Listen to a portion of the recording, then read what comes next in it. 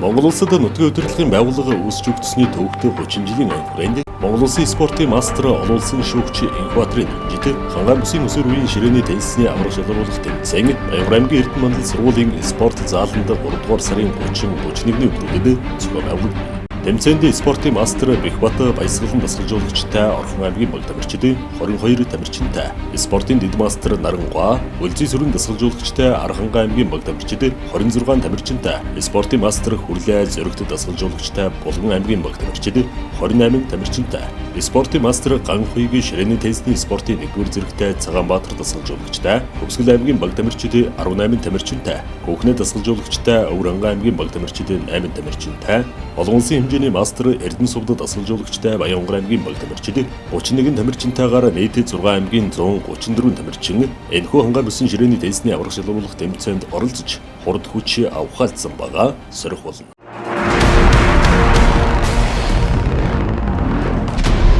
Тэмцээний талаарх дэлгэрэнгийн мэдээллийг 89 58 54 дугаар утсаар авлаа. Зохион байгуулагч спортын төрөлцсөн сургалттай Эрдэнэ мандал сургууль, Бээнтамир спортын газар, аймгийн иргэдийн төлөөлөгчдийн хурал, Сувдан бөмбөг ширээний теннисний холбоо.